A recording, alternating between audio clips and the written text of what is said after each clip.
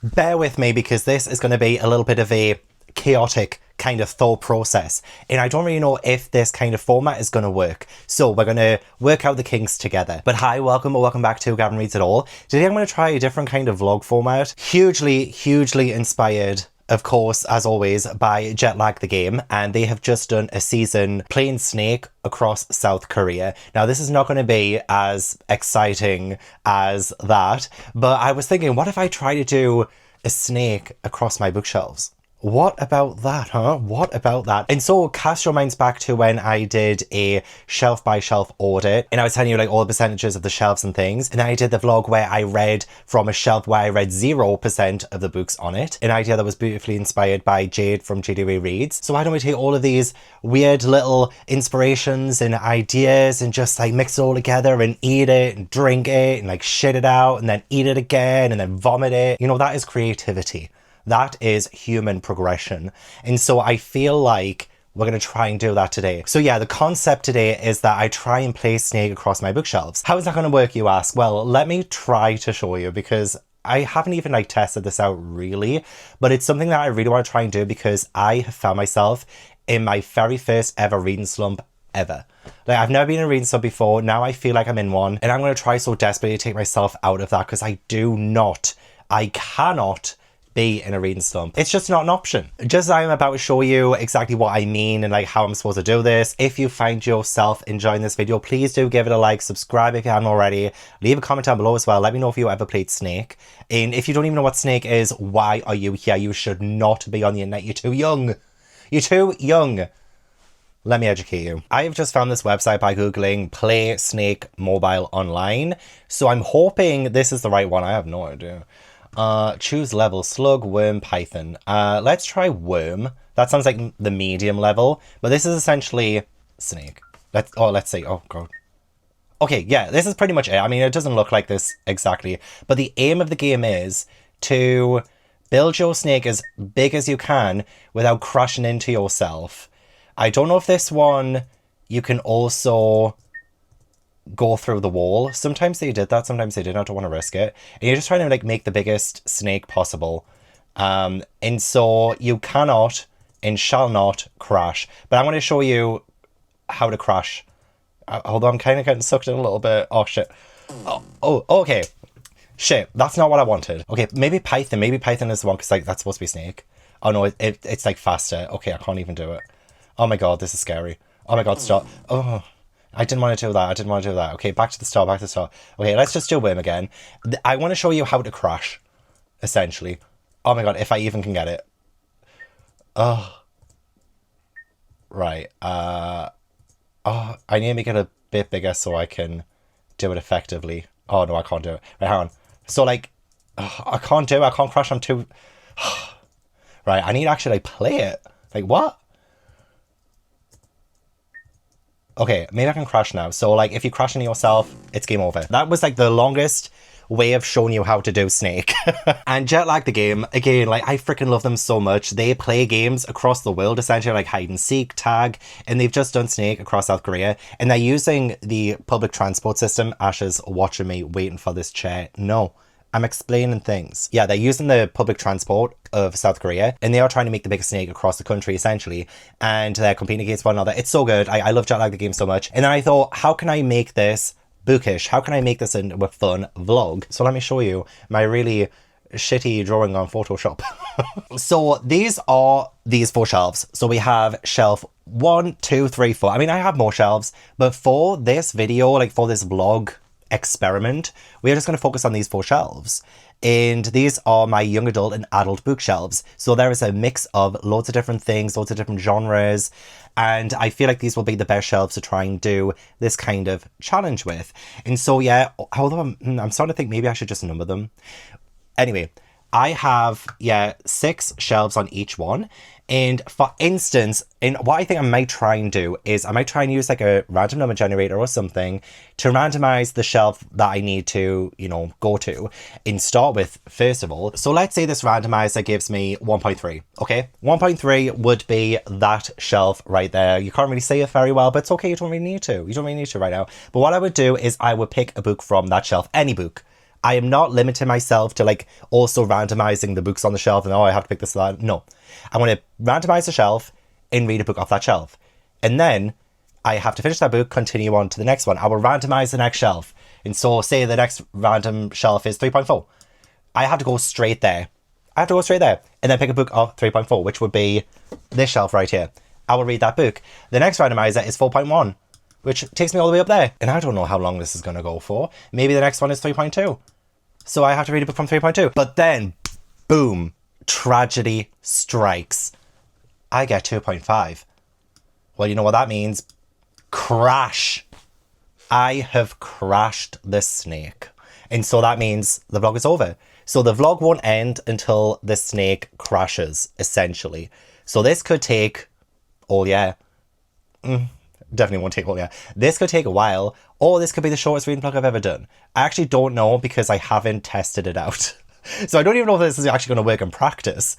But in theory, it's solid, okay? So let me show you all the shelves in play, and we'll give them numbers as well. I do think just giving them numbers would be easier for a generator to generate. So let's do that. I'll give you a quick little tour. So over here is bookshelf 1. I mean, in my bookshelf order, this is bookshelf 1, but we're going to ignore the classics and random ass books because we just want to ignore them, okay? We are also ignoring all of the books that are on the top as well. So we are just focusing on the bookshelves and the shelves themselves. So we can place snake across them. It would be easier that way. So yeah, this is going to be bookshelf 1 all the way down. So this will be, I think I will just number the shelves. So shelf 1, 2, 3, 4, 5, and 6. And do let me know if you spot a shelf that you would absolutely love for me to get. So bookshelf 2, this will be shelf 7, 8, 9, 10, 11, and 12. Over here, bookshelf 3, shelf 13, 14, 15, 16, 17, 18. And then finally for bookshelf 4, we will have 19, 20, 21, 22, 23, and 24. My desk is in the way, so I do apologize for the bit of a shitty kind of angle for the last one there. Okay, let's do a random number generator because you know I love me a random number generator. And let's see what shelf we are starting at. And hopefully it's a good position as well. This game and the longevity of this vlog could all come down to where the starting position is. We could make this hard or we could make this easy. And when I say we, I mean fate. Okay, let's do the random number generator. Let's find out what our starting position is going to be. 13. Okay, 13. That's actually not too bad. I think that could be a very good starting position. Okay, yeah, it's a great starting position, but just having a quick little look at all of the books on the shelf, I don't fancy a single fucking one. So yeah, it is at the top there. It is the third bookshelf at the very top, 3.1, which again is a great starting position because it does mean that I can go in any direction next and not have that possibility of crashing into myself. And yeah, I'm just looking at the books and I just really don't fancy big ass books at the minute. I really don't. Like, they all look a little bit too big right now. I wanted something smaller. I wanted something more like fun to read. Something a little bit brainless, something I don't really need to think too much about. And it does look like so many of these are like fantasy, probably like over 400 to 500 pages. And I cannot be arsed. I cannot be arsed. I have read Ready Player 1 and Ready Player 2. And I've read the first 2 Final Strife books. I've read The Spell Shop as well. But like literally, I don't think I fancy like anything. If I was going to pick something, maybe Recursion by Blake Crouch.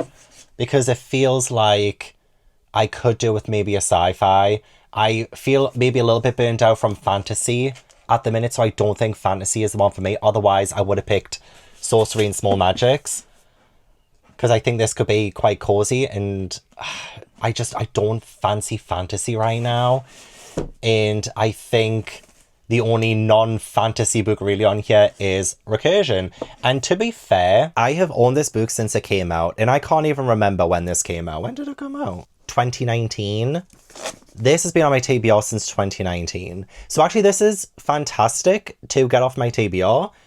And yeah, I think maybe sci-fi, It says it's action-packed. So maybe that will keep me engaged and interested.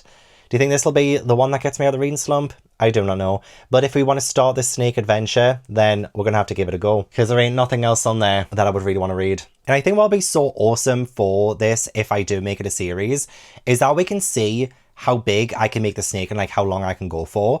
And so like if I get like 1, 2, 3, 4, 5 shelves in this video, maybe in the future I can get like 10 shelves, maybe I can get like 12. Like we can see like how high we can go.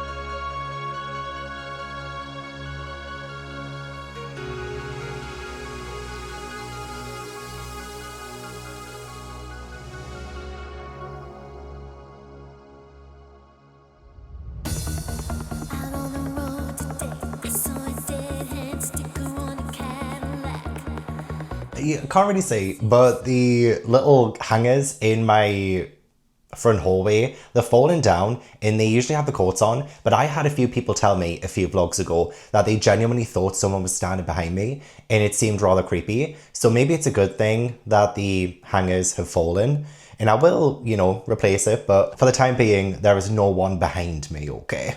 So I have reading sprints in 20 minutes. And I want to start my first read then. And I could have today because this morning I went to the gym and by the time I got home it was like around about like 12. And then by the time I got all sorted, there was, you know, like 4 hours before the live show. So I could have gotten some things read, but I ended up watching more of Full Metal Alchemist Brotherhood. I have been watching through this series with Elle from Elliot and we are on the final 16 episodes.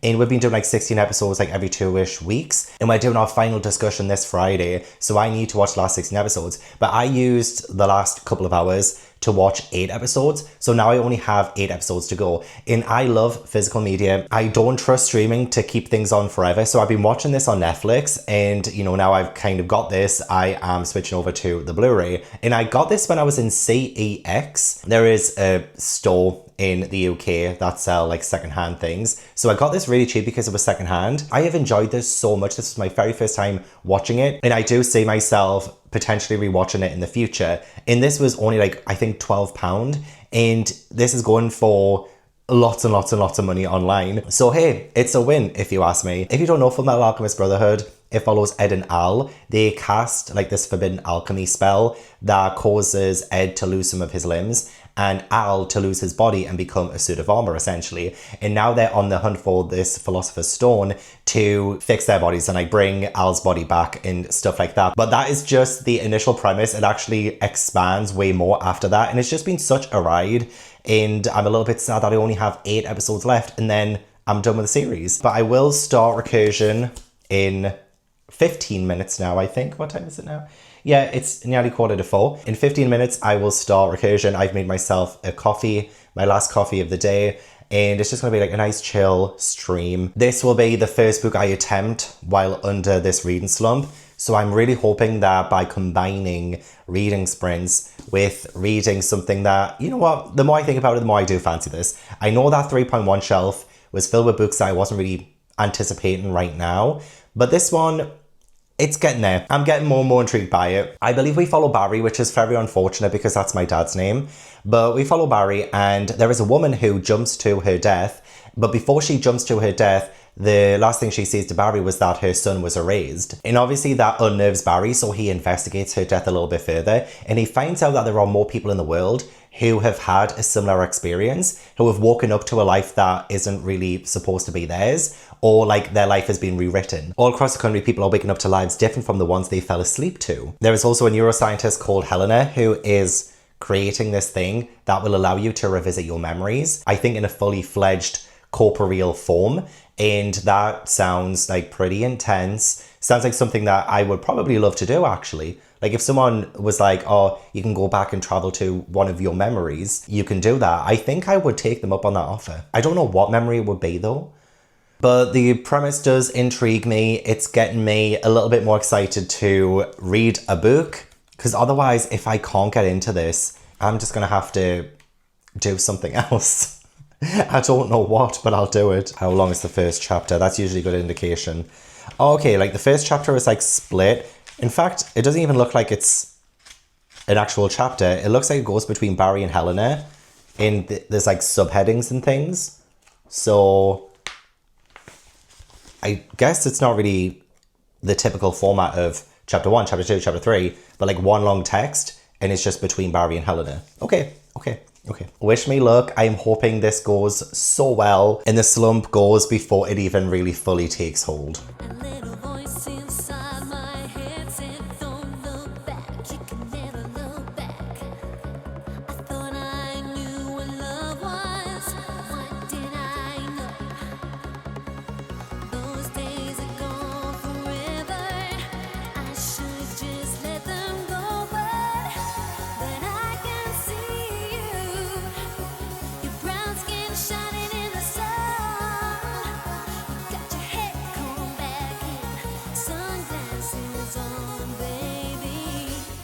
Someone tell me why I've decided to leave the house.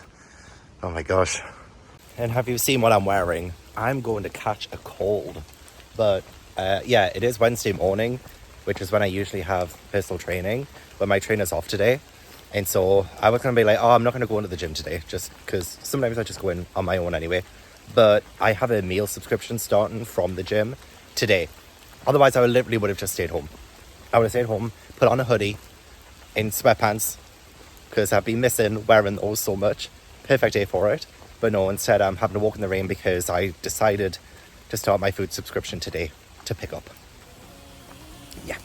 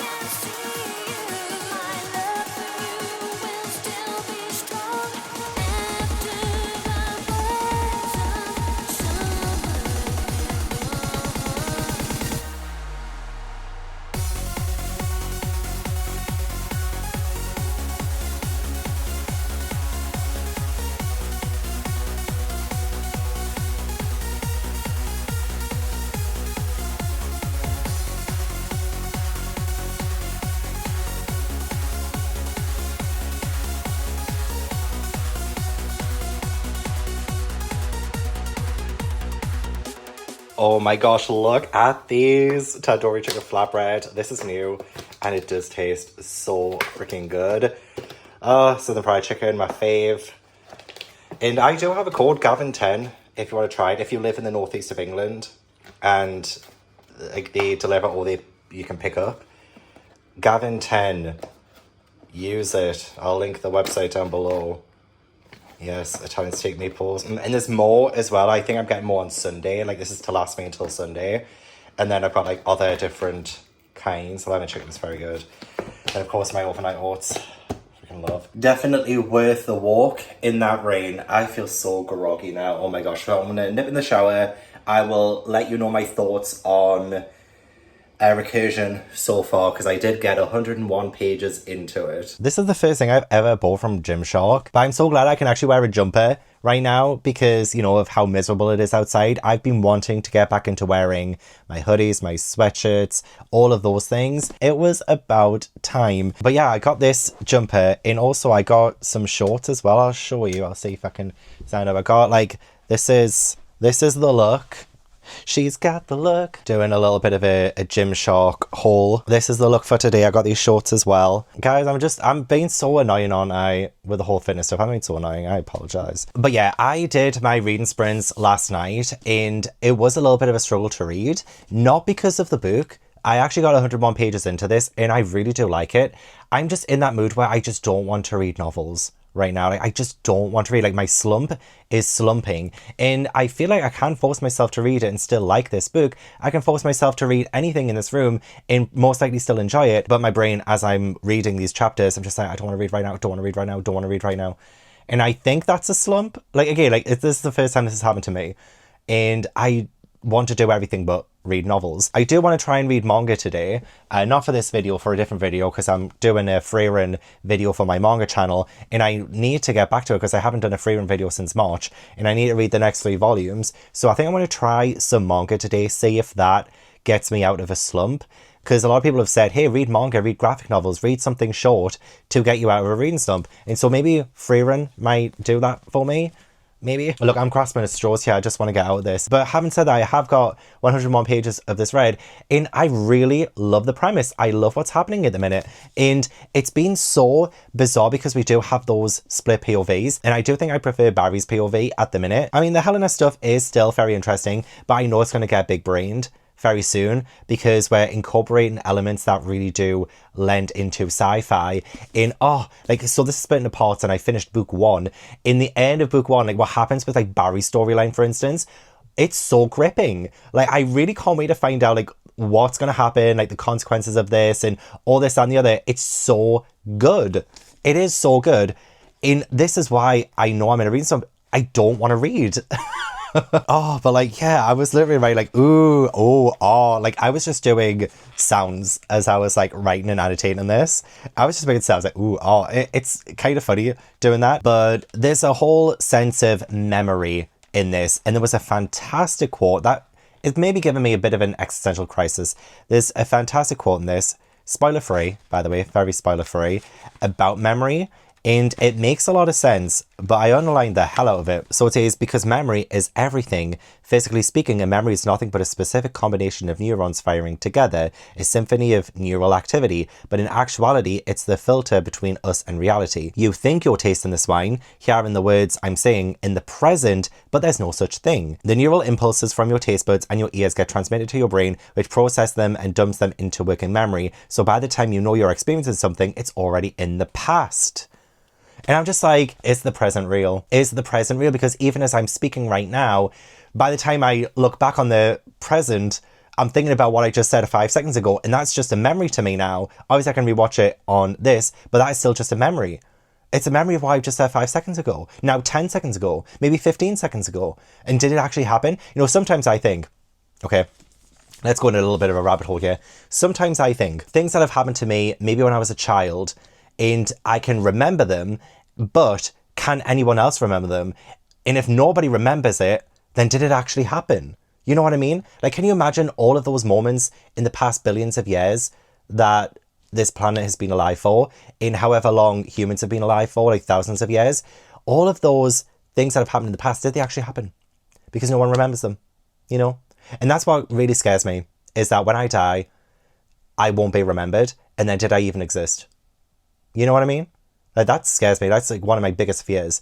And so again, like, sci-fi does this to me all the goddamn time. I'll read a sci-fi book, I get an existential crisis. I'm like, do I exist? But it's so funny about memory and about like the present and experiences from the present and all this and the other. I'm just like, yeah, that makes sense. And it's genuinely terrifying. And like, memory is something that really does scare me. Does it look like I have a really grey streak right now? It kind of does, doesn't it? I'm so distracted. Damn, my hair is graying right now. I do want to get my hair cut like in the next week or so, and I do also want to get my hair dyed as well before I go to Norway. We do like a bit of a grey silver fox moment, absolutely, just not right now, okay? I'll bring the grey back eventually, but it's just the way it is. Like, I think it might just be the way the light's bouncing off, making it look greyer than it is, because there's no way that looks as grey as it does in real life. So I'm not going to continue reading Recursion at the minute. I want to have a break today because I do think if I force myself to finish this, as much as I do think I will enjoy this, I don't want to read. I don't want to read, so I want to do other things. Last night I was playing some of the new Donkey Kong Bonanza, the new Donkey Kong game, and that was really fun. It was nice to just like switch my brain off for a bit. And then, yeah, I think today, if I spend today reading some Freyrun, maybe this might help me be like, oh yeah, I want to go back to reading. I want to get back to reading an actual like novel. Because as much as I do count manga towards reading, like absolutely, it's different. You know, it's a different format. It's, you know, a lot more visual. And I think having the visuals is going to help so much right now. But also I was not really the biggest fan of volumes 5 and 6 of Freyren. I'm not the biggest fan of the arc I'm currently in. So I don't know if maybe this might make it worse because I'm not enjoying it at the minute. But I'm hoping this gets better, so maybe I do start enjoying Freyren again. So I'm gonna make myself a coffee. I might have a little quick bite to eat as well because I am actually famished now and get to filming another video. Oh my gosh, I'm so tired today. I don't even know why. I don't even know why. Maybe because I've only had 1 cup of coffee. That could explain things. But it's now 5 p.m. and it's maybe a little bit too late for caffeine per se, but might make myself an early decaf. Get myself to bed early as well, like the grandmother I am. Anyway, I did actually manage to read 3 volumes of Freyren yesterday. It was very, very good. Enjoyed my time doing it. And I had such an anime day yesterday as well. I watched a few more Fullmetal Alchemist Brotherhood episodes. I only have 3 episodes to go and I'm finished with the entire series. And just in time for the discussion tomorrow with Elle. And then I will be able to close that chapter. In other news, in more relevant news, I did manage to finish Recursion by Blake Crouch. And this was very, very good. It's a 4-star. And I am cursed with these goddamn 4 stars. I don't know if maybe it is because I am slumping a bit. Like I don't know if maybe, and you're probably thinking like, oh, you just gave it 4 stars. Like how can you be in a reading slump? It's like, I acknowledge that it could be higher. It could definitely be higher. And I feel like a 5 star is constantly in my reach and I just can't get it because there's something preventing me from, you know, getting it. And it's like this mind block and I'm just, I'm fed up of this kind of like slumping feeling. And I believe reading slumps isn't just because you can't read, like, oh, I haven't picked up in a while, yeah, that's a reading slump. But I also feel like a reading slump can also be you're still reading, but you're just not really fully experiencing what you're reading, or you're not like fully enjoying it, and just like the act of reading itself is feeling like a chore. And while I did get to the end of this, and I was very glad I did, you know, it was very exciting, very action-packed. 4 stars, again, is like a great rating. But I want that desire to pick up a book again. You know what I mean? I want that desire to really read and really want to read. And I'm not saying I forced myself to read this because, again, I did enjoy it. But if I was given the option of doing anything else, I probably would have done something else.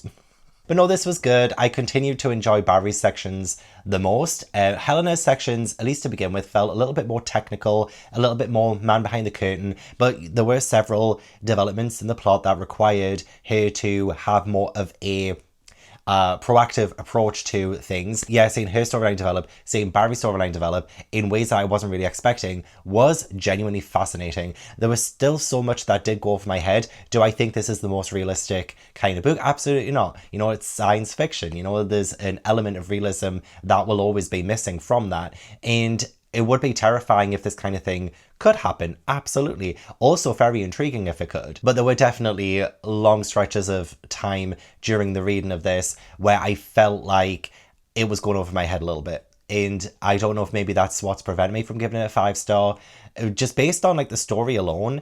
And this might end up being one of my favorite books of the year. It's not been the strongest yet, to be honest, but like it could be up there. It could be like maybe in my top 20 potentially, because the story itself was genuinely so good to me.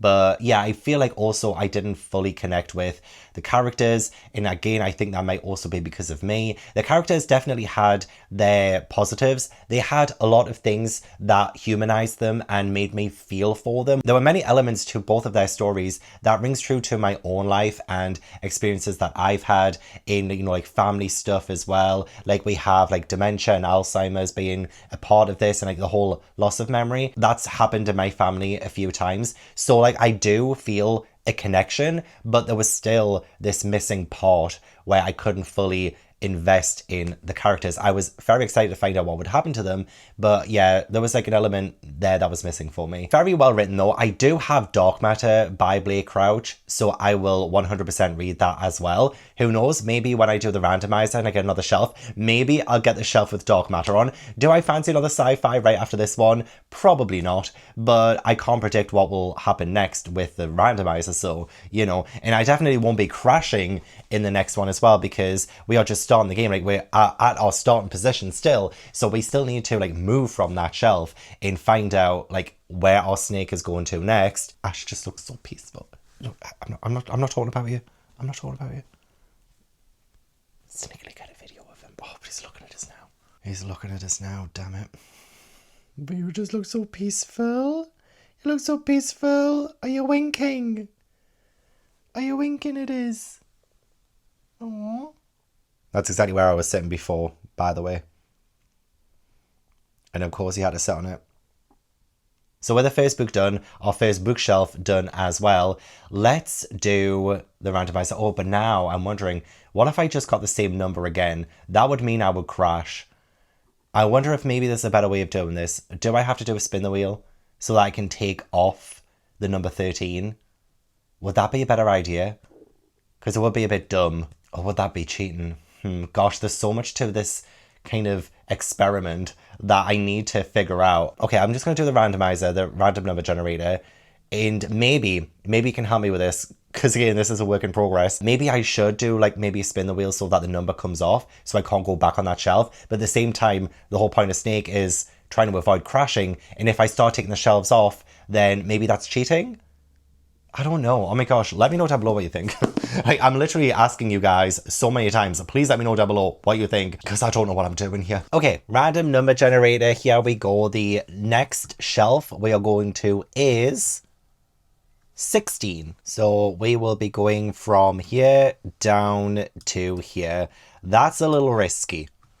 That's a little risky. Just because if I get something up here and then I have to go all the way over here, that could make me crash. If I have to go all the way down here and then back up to there, again, that could make me crash. Having a full line going all the way down like that is, again, very risky. But let's see what shelf number 16 is. And again, like, I'm sorry, like the drawings and stuff, it's not great. Maybe I might try and look into doing some proper graphics for this in the future if this series does, you know, become a thing. Shelf number 16 is this one, which we do have a few that I have already read and enjoyed. We have Someone You Can Build a Nest In. We have Middle Game by Shona Maguire. We have House in the Cerulean Sea. We have the 2 George M. Johnson memoirs. Grown, which was actually my most recent 5-star. Also read Nature of Witches, All Our Broken Pieces, Clown and Cornfield 1, and that's about it. And it is a shelf again that has quite a lot of fantasy on, but there's like some other things as well. The Weight of Blood by Tiffany D. Jackson is the most recent addition to the shelf, I think, and it would be pretty amazing to read this. And especially if I'm in a slump, maybe reading an author who I've given 5 stars recently to would be the way forward. Do I fancy The Weight of Blood right now? Possibly. I would definitely love to read A Song of Wrath and Ruin, but it is quite a bigger one and it's fantasy. And again, I just don't think I'm in the mood for a fantasy right now. There are a couple of, like I could do a romance actually. So say Out of the Blue, I've had this one for a while by Jason June. And yeah, I would kind of love to read a romance right now, I think. I think this could be the one. Maybe Cafe Con Leche, I think this is called. Potentially this one could be the one. I think A Cuban Girl's Guide to Tea and Tomorrow might also be romance. I'll still add it on there as well because I probably do fancy that more than other ones. Is there another romance on here? I don't think so. Also, if I wanted to do a book that I've had on my TBR the longest, Descendant of the Crane, I've also had since 2019. And maybe there will be an edition of Snake where I tackle the books that have been on my TBR the longest on each shelf that I get on, like I arrive on. So that could be a pretty good one, but I don't fancy it right now. I think maybe one of these 3. I could put it as a vote to my patrons. See what they say.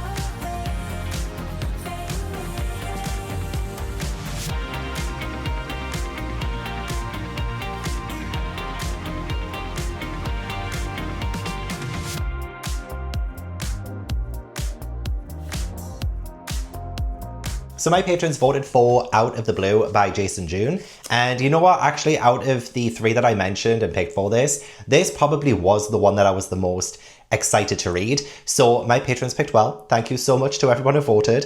It is on BookBeat as well. The audiobook is on BookBeat, and it can only go up to 2 times speed, which is fine because I do just want to listen to the audiobook for now and say if maybe listening to an audiobook will help me get out of this slump. And I have so much housework to do. Like, have you seen those dishes? Have you seen these dishes? I've got so many dishes. I've run out of spoons, and I know my dishes need done when I've run out of spoons. So is there anything else I've run out of? I got 2 knives left.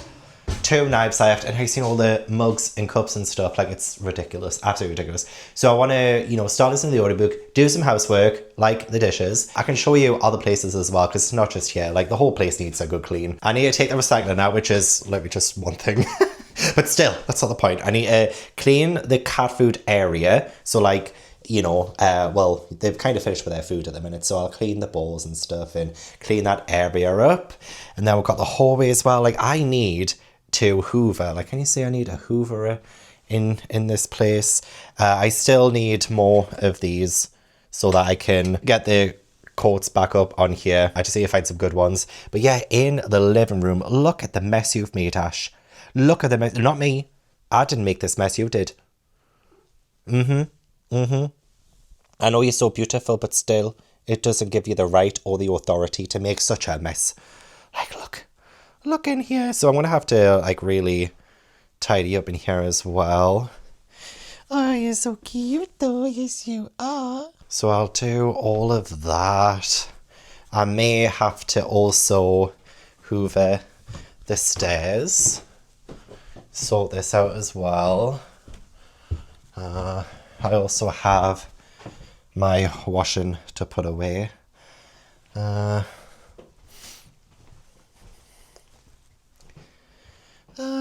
guess everywhere else is pretty much okay. Everywhere's pretty much okay in here. Oh, I do want to try and fill this as well. So I moved my Agatha Christie books up here. Well, look who's followed me like a bad smell. Don't worry, I'm not going to sit in it. You can have it. Yeah, I need to find what to, like, put here. But these Avatar books here just because the graphic novels are here. And I just feel like Avatar graphic novels, I don't know, I just felt like they would probably fit. So I might say if there's, like, anything I can possibly put here and maybe do, like, an author showcase or something. Because, yeah, Agatha Christie needed to be moved from the bottom because I was running out of space. So yeah, let's start this audiobook and also do the dishes, do the housework, do pretty much everything. Ash is following me around. Ash, now is not the time to play. Ash, now is not the time to play. I want to do housework. Look at him. Look at him. That's the wrong way around.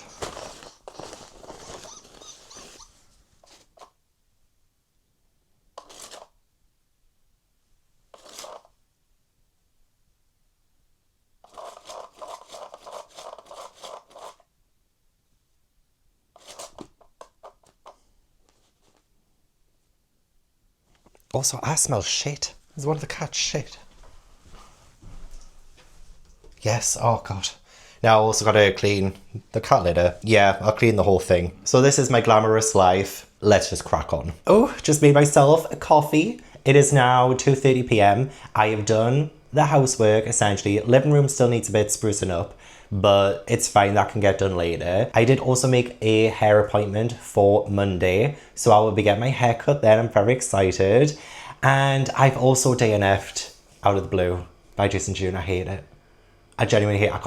I don't like it one bit. And part of me is like, it is because I'm a bit of arsehole, essentially. But there's just so many things about it that I really do not like. And it really rubbed me up the wrong way just from the very first chapter alone. So I was listening to just the audiobook on 2 times speed. And I got to page 68. And thank God, because if I had have read one more page, then one of my main criticisms will probably not hit as much. Because one of the biggest things I really don't like about this book is the amount of sexual innuendos. And like, I get it, teenagers, they can have emotions and feelings and these kinds of horniness things attached to it. Absolutely, I do not want to read about it. And there was just too many things about like hard-ons and blowfishing and even the elders. So like, have I even talked about this about? I actually kind of don't know. We have Sean, and in the very first chapter, he's dumped by his boyfriend. And Sean takes this really badly. And I totally get it. He's a teenager. He acts like a 12-year-old. And yet, the content of this felt more 18, you know, like 16, 17, 18. It felt more like that. And I totally get it, like he's heartbroken over it and that's fine. And bear in mind, like the ex-boyfriend, there's nothing about him cheating or anything. If he had been cheating, fair enough, like treat him like shit. But I kind of just felt bad for the ex-boyfriend in the first chapter, more so than Sean. And I feel like the author was trying to get us to side with Sean. And at that point, I was just like kind of not really vibing with Sean at all. And this is split POV, so we do shift to Crest. And Crest is non-binary, which I love the exploration of gender in this. I feel like one of the strong points of this is how it explores gender and sexuality and stuff. Like, amazing. Absolutely love that. Crest is non-binary, but is masculine presenting. And the elders even tell Crest that they should enjoy every human appendage before deciding whether or not they prefer being like merfolk. And there's just weird, creepy stuff like that. I'm like, there's too much about appendages, like elders talking about teenage sex and stuff like that. No, I don't like it. It's creepy, it's weird. And yeah, that just kept happening, like too many sexual innuendos, too much like driftwood shit. I don't want that. I genuinely don't want that. It would be a different story if it was also like romantic in a way. But one thing that I also really don't like is, so Crest needs to go on land for a month and help a human. Like that's what merfolk have to do. And if they don't, then they lose their magic or whatever. And I love that kind of premise. I love that kind of storyline. But yeah, Crest, they go to the human world. And it was actually so funny. Like it did actually make me laugh. But there was a moment when Crest says, oh, what's that word again? Oh, street. And obviously Crest has never seen The Little Mermaid. But I kind of love that. Like that was kind of funny. But yeah, Sean ends up finding them and helps them. But the thing is though, Crest is totally new to being a human and they're petrified of like cars and things like that. And they act like a child, which is honestly fair because yeah, like the whole cars thing and how loud humans are, it's an adjustment. But the thing is though, Crest acts like a child. Like their brain is like a little bit too young in a way. And I don't like it when there is potential romance between someone who knows more than the other person. Do you know what I mean? A little bit like, have you ever seen Hot Frosty on Netflix? And a snowman comes to life and the snowman has the body of an adult but the mind of a child. And I really don't like the fact that there's a romance there because he has the mind of a child. So it's kind of the same thing with Crest. I find it really icky and weird when you have a character who doesn't really know anything and they're kind of immature and they act like a child. Like that is really bizarre to me. Also, the fact that Sean, what he wants to do is get his ex-boyfriend back. And honestly, the way that Sean is obsessed with his ex-boyfriend, I know he's, again, a teenager, whatever. It's a bit too much because he's also obsessed with rom-coms and this, that, and the other. And there's like whole scenes and sections of Sean talking about a movie that he's like kind of written in like every single, oh, okay, here we go. The love shot list. And like is treating his romance with his ex-boyfriend as like a romance list, like actors, Dominic and me, actors, Dominic and me, actors, Dominic and me, Dominic kissing me after accidentally poking me wrapping Dominic up from behind. Like there's a whole on, like, a whole table of stuff. It's too much. I would have broken up with him. Like, that's how intense he is. And he doesn't have a personality outside of that. At least not what I've seen so far. So I haven't really enjoyed that at all. So Crest, aka Ross, they have to like adopt a human name when they come up to land. And so they adopt the name Ross. And all Ross does is criticize and like shit on humans essentially, which is again fair enough because, you know, humans, what we've done to the planet. But the way that I feel like the author is trying to make Sean and Ross happen, try to say like some kind of romance there. At the minute, I'm not saying it. And again, I'm very, very early on, so, but there was just like this weird thing, and that's when I decided enough. But Ross was too like sexually like lusting over Sean's legs. And as a merfolk, fair enough, you've never seen legs before. But the way it's described, the way that it's going, again, it's just like it was crossing the line for like the sexual stuff. And I'm just like, I don't want to read about teens doing this or thinking this or, you know what I mean? Like, I just don't want to read that. And Ross, aka Crest, is just bitter like me. Like, I kind of respect it in a way, but at the same time, so unlikable. I don't think I like a single character. And yeah, I'm only 68 pages in, but I've had enough. I have had enough. I think there's too much of an imbalance with the writing. I don't know whether it wants to be young adult or new adult at times, but it's written almost like a middle grade. The immaturity is just too much. And again, I get it, the teens, But it's too much for me. I can't do it. And I do want a romance. I do feel that in my soul. Like, I kind of do want a romance. But I don't want this romance. This romance, put it back in the ocean. And also the fact that I'm not doing spoilers or anything, but like, mainly because I don't fucking know anything. I haven't read enough. But Crest has their own love of their life, you know? And they're talking so much about them that I feel like it would be weird that if there was something between Sean and Crest. I feel like the author wants us to root for Sean and Crest, but at the same time not. And that's confusing me. Again, we do need more queer romance in our lives. And I love the fact that there's representation for this in young adult fiction, absolutely. So what I'm gonna do is I am going to find out what next shelf we're gonna be reading from, and then I might have some time to give it a read before I have my discussion at 6 p.m. with Elle. So yeah, it's just after 2:30 p.m. Got about 3.5 hours before then, but it hasn't been a successful day for reading. I will say though, like listening to the audiobook while doing the housework was enjoyable. I like doing that. And I might have to do that with my next read as well. I don't know what more housework I can do. Maybe I can build a Lego. That's another thing that people say I should do when I'm in a reading slump. They say that I should go back to building Lego because it has been a while. I just got nowhere to put it. I've got nowhere to put it at the minute is the only problem. Otherwise I would. I was also watching Riley from Riley Marie's reading slump video as well. Lots of good tips in there too. And a very enjoyable vlog as well. I'll link it down below. But yeah, as much as I want to do Lego right now, it would create too much mess. And at the minute, I'm enjoying the fact that this kitchen is clean. The living room is getting there. Everywhere else is pretty good. I just don't have anywhere to put the goddamn... What I have is I have Barad-dûr from Lord of the Rings. Massive. Absolutely massive. That'll take days to do. And the Hocus Pocus cottage. And I'm waiting for September, October time to do the Hocus Pocus cottage. So I really don't have any Lego that I could do right now. I really want the One Piece Lego. 100% I want the One Piece Lego. But I've definitely spent too much on clothes because I've needed clothes more for going to Norway. I have a wedding in Mallorca right after Norway. And then I also have a wedding at the end of August for Jade's wedding. So I am focusing on clothing more so than Lego. I know, what a problem to have. But yeah, could play more Donkey Kong. Could play some Power Wash Simulator because you know me, I love Power Wash Simulator while listening to an audiobook. Okay, anyway, we need to find out what the hell I'm bloody reading next. It might be something that...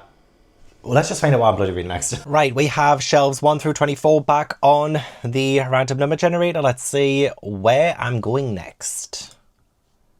Oh, 24? Okay. As you can see on my shitty drawing, 24 is all the way down here, which is great because it means that I won't be crashing into myself. Let's see what the very final shelf, which is in an awkward position. Let's see what's on it, and most importantly, what I fancy reading on it. Let's see what I've read on here. I have read Battle Royale, On the Come Up. I've read The Cabin at the End of the World. I've read Lonely Castle in the Mirror. I read Strange Houses and Strange Pictures. I've read Blood on Her Tongue. I've read Black Iris. I have read The Revelry. I've read Days of the Murasaki Bookshop. I've read Butter. Smooth like butter. Is that it? I can't even see what the last one is. I need to fix this whole layout, I swear. So, really I should have pulled out the ones that I haven't read. For the ones that I haven't read, I'm not pulling them out. However, I do have I Think They Love You by Julian Winters. Now this could be the romance that I actually do enjoy, because this is adult. And I feel like young adult romance is not going to do it for me, but adult romance might, and it's still gay. This is still gay as fuck. So this could be the one. I mean, to be fair, it's only like just over 300 pages. That's not bad. If it wasn't going to be that, potentially Goodnight Tokyo, because it is so short, and I could be fancying that. I mean, I don't have to decide right now, but if I was going to pick one, I would also pick that one. I really want to read The Ninth Reign, but I want to save that for All Fantasy Bingo. For the Impusium, I started during Summerween, but I need a time when I can really think, because it looks rather literary, and it did it win? Winner of the Nobel Prize in Literature, so it's a think piece. Yeah, I think these two are the two that I fancy the most. I'm in a bit of a pickle. I'm in a bit of a dilemma. Do I pick the book that will be a lot shorter and quicker to read, or do I try a romance right after DNFing a romance? See, this is Fake Boyfriend like fake relationship. Yeah, because we follow Denzel, or Denz, and he wants to seal the deal on the CEO position. Denz is forced to turn the last person he wanted to be in a pretend or any relationship with, Braylon, the man who broke his heart. So it's fake dating with someone who's already broken your heart before. Have I read anything like that? I've read fake dating before. Braylon needs Denz's connections to the mayor to win his own promotion, so they strike a deal. I Think They Love You is a celebration of love, queer communities, big families, in all their beautiful complications, healing, and most importantly, falling in love with the person you're becoming. Oh, I love that. Okay, I feel like that might have sealed the deal. I think I'm going to read I Think They Love You by Julian Winters.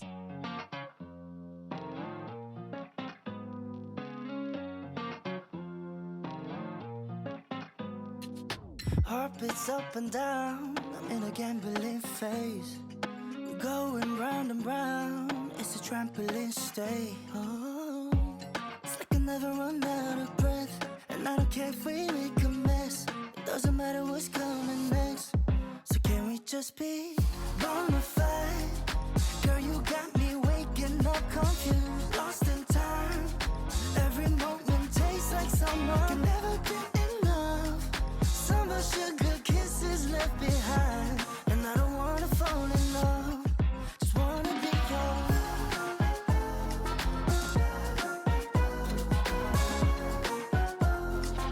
Can we just be bona fide?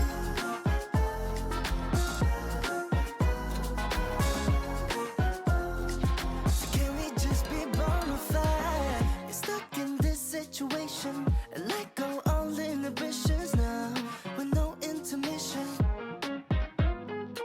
Why are you so goddamn cold? Tell me why, 'cause you know this ain't no love. So can we just be bona fide? Girl, you got me waking up confused, lost in time. Every moment tastes like summer. Can never get enough. Summer sugar kisses left behind. And I don't wanna fall in love, just wanna be yours. Don't wanna be your love. Let's keep it on the low, keep it on the low. 'Cause you know this ain't no love. I want you to be bona fide. I definitely wonder if maybe I am just too bitter and alone for me to fully enjoy romance at the minute, which is weird because it's the one genre that I feel like I fancy the most, and I feel like I'm just being nitpicky, but I am liking this more than Out of the Blue, but I still have my qualms. I am 130 pages in, so I ended up just starting this morning with my morning coffee, and like, I just don't really feel like I like anyone. So Denz doesn't have the best family in my opinion. So the Carters, they have this company, and yet they're kind of treated like celebrities in a way. Like, they have paparazzi that follow them. They have tens of thousands of followers and stuff like that. There are things about this family that I don't think makes a whole lot of sense, but it was fine. I was overlooking that anyway. And Denz isn't, like, he's good at his job, which is a social media director. He's good at his job, but his dad is retiring, so they're looking for the next CEO.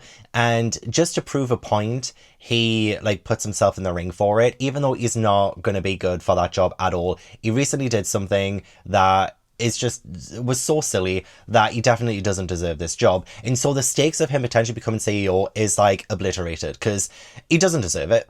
Like, I feel like just from a standpoint of like reading it, I just don't think he deserves it. And he's kind of shallow. He's not really the best character to follow.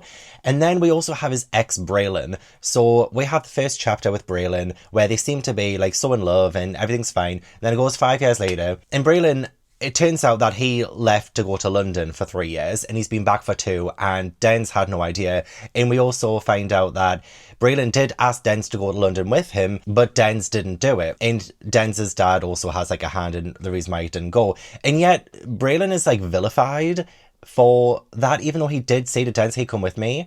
he's still vilified for chasing his dreams and going after what he wanted. You know, it's like, it's the same with Out of the Blue, where the ex-boyfriend, look, sometimes things just don't work out with people and you don't feel like you're in a relationship with someone you should be in a relationship with. People are allowed to leave relationships, you know what I mean? Like, whenever you're in a relationship with someone, it should never be a cage. Like, you should never feel trapped in there, especially if you feel like you want to go on to have an opportunity and things like that. I don't think anyone should really hold you back. And again, like, I feel like the author was trying to make us feel like the ex-boyfriend Braylon was in the wrong. But yeah, once again, I feel like I'm with the ex-boyfriend. However, I don't really like the ex-boyfriend. So he was in London for 3 years, and then he's been back to America for 2 years, and he has like a British accent, and he's saying hello in it, and he loves tea now, and he's saying things like, oh, proper. He has this soft spot for vinegar now as well. In all of these Britishisms, that it is just so forcefully stereotypical that it just makes me roll my eyes. Like, I totally understand if you want that kind of like Jude Law kind of vibe with this, but I just hated this kind of thing, especially since he was only in London for 3 years. He was only in London for 3 years. He's been back home for 2. Like, surely a lot of that would have faded away over time, or like you wouldn't be so, like, the way he's just like obsessed with tea, and it's just like, oh, come on. Like, it was just so eye-rolly, like, so cringy. And I feel like the whole setup of the whole fake dating thing doesn't really wash with me. So yeah, Dens has gone up for the CEO position, and his family are like, oh, you're not serious enough for this. You're not serious enough for this. Bear in mind, Dens is good at his social media director job. He's good at that job.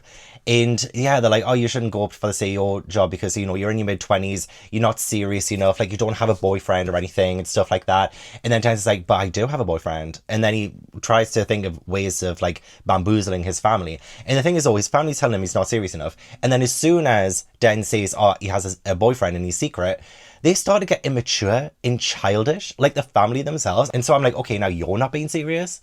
Like, you're acting like that? And a lot of his family's like aunts, and they should be like in their 40s, or, you know, like, they just shouldn't act like that. It's just so bizarre. And anyway, even if you want to go for the CEO job, and he's good at his social media job, whatever, but like, why is his personal relationship status anything to do with anything? You know what I mean? Like, the job requirements does not require you to be good in bed. So, like, why? It was so weird. And I totally get it. Like, there are some families, and I guess this is like a family business, and I get sometimes they can be a little bit too intrusive. You know, it's a family thing and whatever. This family is toxic. Like, I don't like this family. I still don't understand why they have this like celebrity status, that the paparazzi kind of want interviews with them and they want to see them and stuff like that. Like, I don't understand that whatsoever. They do event planning. That's their business. And yeah, I don't get it. There hasn't been anything steamy just yet. So I am going to continue reading. Like, I'm not going to DNF this one like I did with Out of the Blue. I am going to continue reading. It's only 320 pages. So I have just under 200 pages to go. And there hasn't been anything really steamy just yet. I'm waiting for that to happen. Just to say if there is chemistry between these two main characters. I imagine they did have that at one point, but at the minute I'm not really seeing that because things are just like a little bit too awkward. But yeah, I'm sad that this is probably going to be another miss for me. And again, it's romance. It's what I fancied. So I don't know what the problem is. It's probably just me being single and bitter. That's probably what it is. But yeah, I am positive that I will finally find something that I enjoy. And while I do still feel a bit slumpy, I don't resent the idea of picking up this book or any book at the minute. It's not like I'm 100% against it, which is improvement. It is improvement. I would love to try and get this finished today, but I don't know if I want to film a book haul video today or just finish this and just continue on. I do have a Patreon movie night tonight. We are watching K-pop Demon Hunters, which I haven't watched yet. Everyone is raving about it. Everyone's talking about the music and stuff like that, so I'm very excited to watch it. That is 7:30 tonight. It's currently 1:30, so I still have about 6 hours before then. So I definitely could get this finished by then and just wrap this up and say what I'm reading next. Or I could film that book haul video. I don't know if I'm in the mood to film a whole video. It's something I could potentially do tomorrow instead. I also kind of just want to get my hair cut and then film, but I think Monday might be too late for me to film a video since that's when I'm getting my hair cut. Look, I'm going to have a bit of a break. Maybe scroll YouTube for a bit, have something to eat, and then I'll decide what I want to do today. Oh, I mean, okay. It was nice. It was fine. It definitely had a couple of steamy scenes. While I do think they were maybe a little bit too tame for my liking, they did provide a little bit more chemistry between the main characters. And I liked that. I thought that was good. And I did end up liking the two main characters. I mean, Braylon still got the hell on my nerves with his whole Britishisms that definitely should not have been solidified in him after only a few years in London. Like, seriously, I don't even say the word twit. Like, come on. But that is just, like, such a nitpicky thing. And while I did have to, like, roll my eyes at that, the romance was absolutely fine by the end. So I didn't mind that a whole lot. I will give this 3 stars. I don't think this has really helped me want to read more romance, though. I don't think romance is going to satisfy me at the minute, which is such a shame. This is nicely written, though. I would definitely pick more books up by Julian Winters. I would hope that they use less stereotypes and less cliches as well. Like, damn, there were so many cliches in this novel. I know they were probably going for a bit of a rom-com kind of feel, but it's very paint by the numbers. And you know what? Sometimes that's fine. Absolutely fine. So hopefully the next book that I pick up by Julian is even better. If you have any recommendations from this author, please let me know. I would like to try them out. But yeah, I don't think there's too much more to say about it. I think I got most of my feelings out when I did my kind of mid check-in. But yeah, I finished this a good few hours ago now. It is only half an hour until my Patreon movie night. It's nearly 7 p.m. But I think I'm ready for the shelf we are going to next. Our next destination, and hopefully we do not crash, because I would like this vlog to continue going, at least until I beat the slump as well. Like, that would be handy. Random number generator, generate me a shelf. 15. No, fuck that.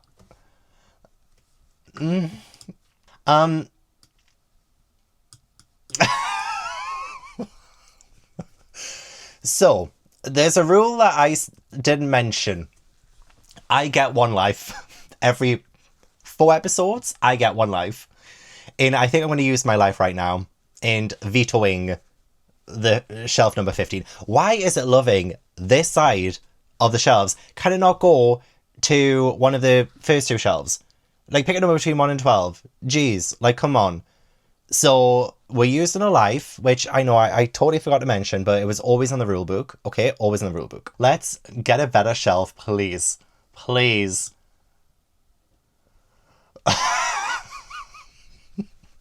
I mean, at least I'm not crashing.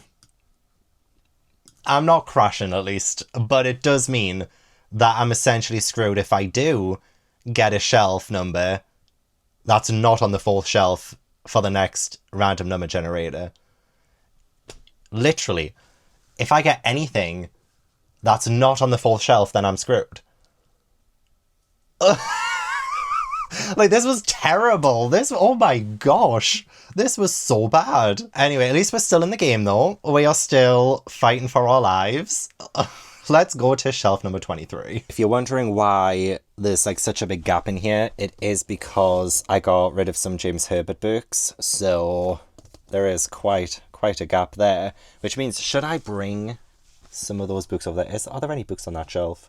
No. I was going to say, like, if the first few on there was something I wanted to read, then great. But no, it's all good. So I'll let you know what I need to read on this shelf instead of telling you what I've read. So I do need to read The Shadow of the Gods, Silence of the Lambs, Palace of the Peacock, Cackle, Love on the Brain, We Sold Our Souls, which is in my 25 books to read in 2025. Take a Hint, Danny Brown, Actual Age, Eve Brown, Keeper of Enchanted Rooms, the Colleen Hoover books, although I'm thinking I might just unhaul those. Halloween Fiend, which is so lovely and short. Like, look how short that is. That's beautiful. Human Animal. Some of the Good Girl books. You're a Mean One, Matthew Prince, and Seal Remember Me. I do fancy Seal Remember Me, but I'm saving that for something. You're a Mean One, Matthew Prince, I will probably save for Christmas. And I was going to probably say, oh, maybe one of the Talia Hibbert books, but I don't know if I fancy romance anymore. After what I've just been through, I don't think I fancy romance. I've just had 2 romance back to back that, well, one of them I didn't like, the other one was a little bit mid. So do I fancy We Sold Our Souls? If I get a 25 books to read in 2025 book? Do I fancy Halloween Fiend and read something that's really short? Decisions. Okay, I already know. I'm going to pick Halloween Fiend by C.V. Hunt. While, you know, the Grady Hendrix book would be great to knock off my 25 books to read in 2025, Grady Hendrix can be very hit or miss for me, and I don't know if it's worth it, because it could end up making my slump worse if I end up not liking this Grady Hendrix book. And I think maybe just something nice and short. Something nice and short at the minute would be something that hopefully brings me joy. And, you know, I did say at the very start of this vlog, I think, anyway. Honestly, it feels like weeks since I did the intro. I think I did say, oh no, maybe it was my Emboss or Toss video. But I was like, I've read quite a lot of horror and thriller for Summerween, and I didn't know if I kind of fancied that anymore, because I've been through so much. And then I did read some more at a haunted location I recently filmed at for my vlogs of Halloween. But I do think, you know, some time has passed, I've read some romance, and I've broken it up a little bit. Maybe I do fancy something a little bit scary again, so Halloween Fiend could be perfect. And it's short enough that if it's not, at least it'll be over quickly. This is set in a small town called Strang, and it is haunted every single night by a creature called Halloween. Every night when the sun goes down, Halloween comes out and goes to collect its treats. Oh, apparently it has to be a small live offering. So whatever they give as a treat has to be alive. Residents comply because no one wants to be the target of Halloween's tricks. But the nightmare of residing in Strang is nothing compared to the yearly ritual Halloween demands of the citizens on All Hallows Eve. Why don't you just move then? Why are you still there? Move. Can't wait to find out why no one is freaking moving from this town.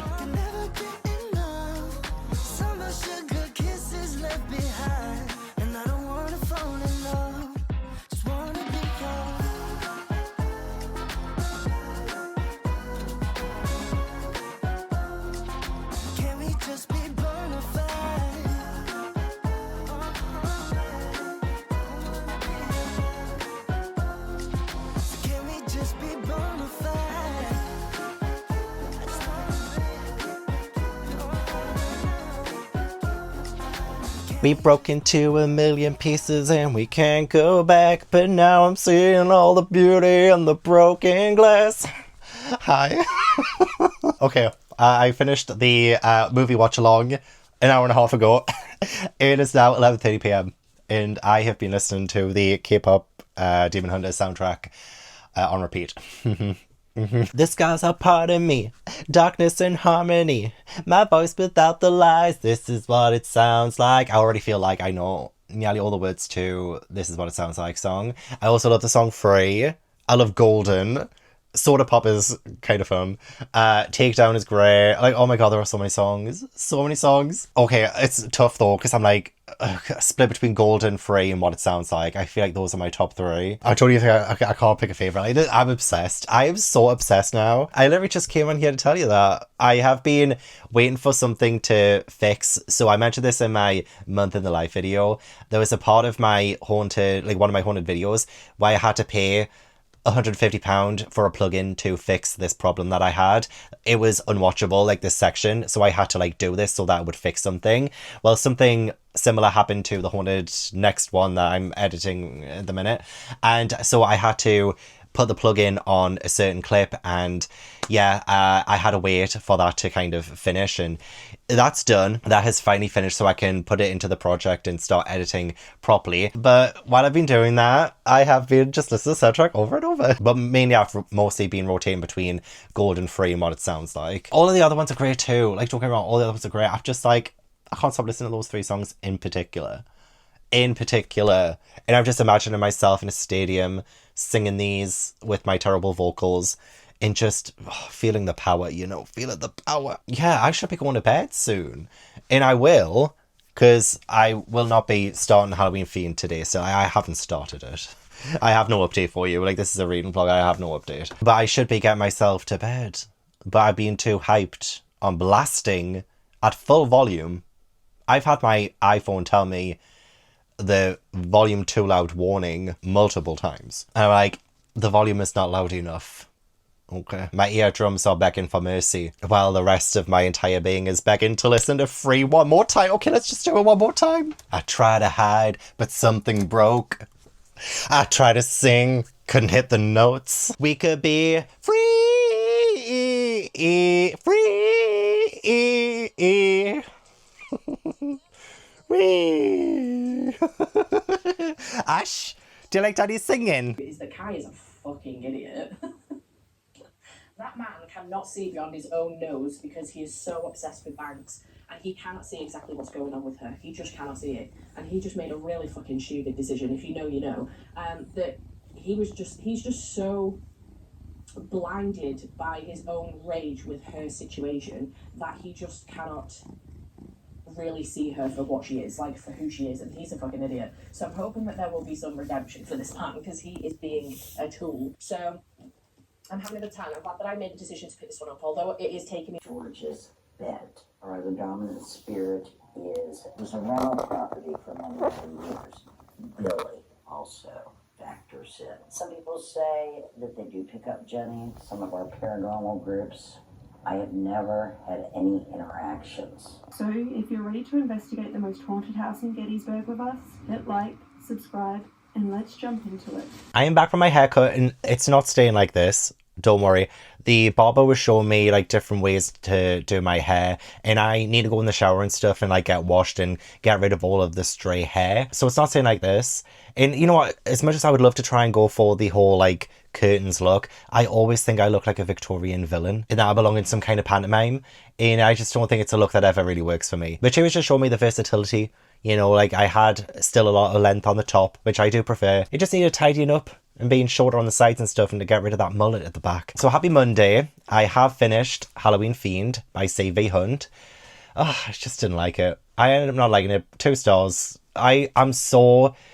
I don't know if it's me. I'm just sick of being negative. Like, I love the fact that I am doing this vlog, and it's like such a fun little concept, and it's making it a lot more fun to film. But pretty much everything I picked up since like the first book I read for this video, Recursion I liked. Probably the only thing I really liked this week. I'm like, I'm doing a fun vlog, just nothing I'm reading is fun. And I don't know why, but this is the second book this week that the main character is called Barry. Again, that is my dad's name. I do not want to be reading about all these Barrys. And I'm pretty sure I read a book last month or the month before with a main character called Barry. I'm like, why is the Barry name having some kind of renaissance? Not exactly what I want to read about. But yeah, this was quite disappointing. I already told you what it's about. And honestly, there's just so many plot holes.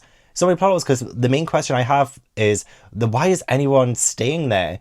At this town, this small town where there's probably about 100 people living, where they have to do like nightly sacrifices of living things. So you'll have someone across the street with a cat in a cage, like death to all of them. I want all of the neighbors to die. I want every single person in that town to die. Like, you absolutely do not do stuff like that. But like, how come we've had all of this time, this long amount of time, and no one's thought to even try and stop it? By the end as well, things were just a little bit too easy. And I don't want to spoil anything, but I'm just like, why didn't you do all this like before? And again, just like, why didn't anyone just freaking leave? You could freaking leave. There was no suspense whatsoever. The writing was pretty juvenile as well. Like, it came across as so sterile. Barry does have a couple of moments where he's supposed to be emotional, and it came across as just so fake in the writing. It didn't sound real. And yeah, the characters came across as quite robotic, and that's because the writing was just a little bit poor. There were some good Halloween-esque vibes, and there were moments where that kind of atmosphere was coming through, and that was fine and nice. But they mainly came in at the start of this book, and then it just kind of tapered off. We got more of the townsfolk, and I just didn't care for a single one. I was rooting against them. There are some like outdated descriptions of people as well that I don't really like. I don't even know when this was written. Oh, 2019? Is that it? I would have thought this was written in like the 90s or the 80s or something. And not in a good way. Not in a good way. I'm starting to wonder if maybe I should have read that Grady Hendrix book. I might have had a better time. It's just boring. You wouldn't think it was long enough to get boring, but it's boring. It's 103 pages, and it got boring quick. So yeah, unfortunately, didn't like it. And I don't even know if we are reading another book in this vlog. Honestly, I wouldn't mind reading another. I mean, I don't really want to read, but at the same time, like, this is why the universe is unfair to me. I actually have time.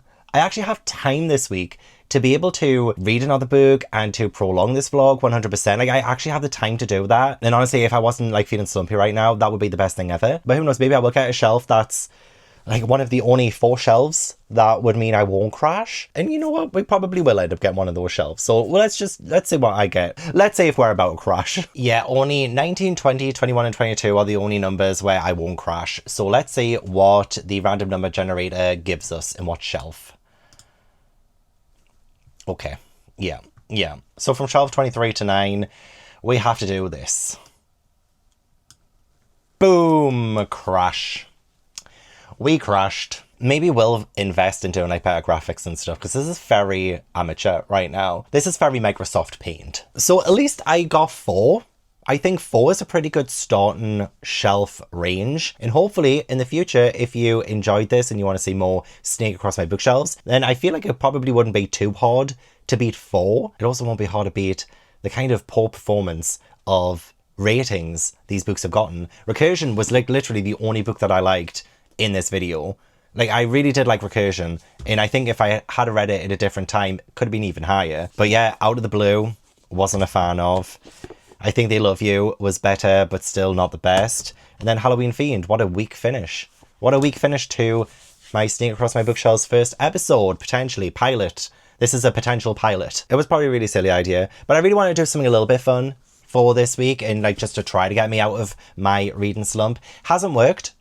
It hasn't worked, but I am going to Norway very soon, and I'm hoping to have a bit of a vacation, a bit of a break from reading. So fingers crossed that the next time you see me, I will be free of the slump. So that's the end of the video. Thank you so much for watching. I really appreciate it. Don't forget to leave this video a like if you enjoyed, and subscribe if you hadn't already. Leave all the comments down below. Let me know what you thought of the first episode of Sneak Across My Bookshelves. Let me know if you read any of the books that I read in this video. Let me know as well if you spotted a shelf that you think would be a good one for me to do and hopefully get in the next episode. That would be awesome. I'd love to chat to you in the comments.